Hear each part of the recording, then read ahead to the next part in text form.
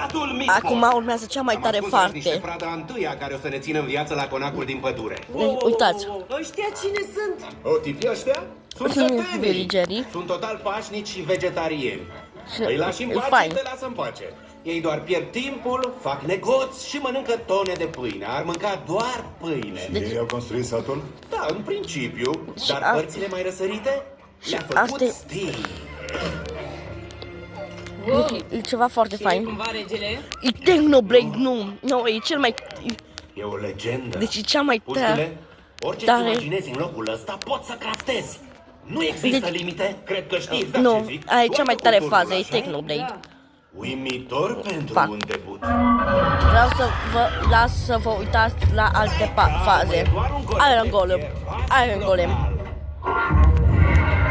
Dar este o scumpete! Cât timp nu vă luați de săteni, să nu vă treacă prin cap! Locul ăsta n-are niciun sens. Haideți după mine! O zi bună, vă las, poate postez astăzi. Trebuie protejat.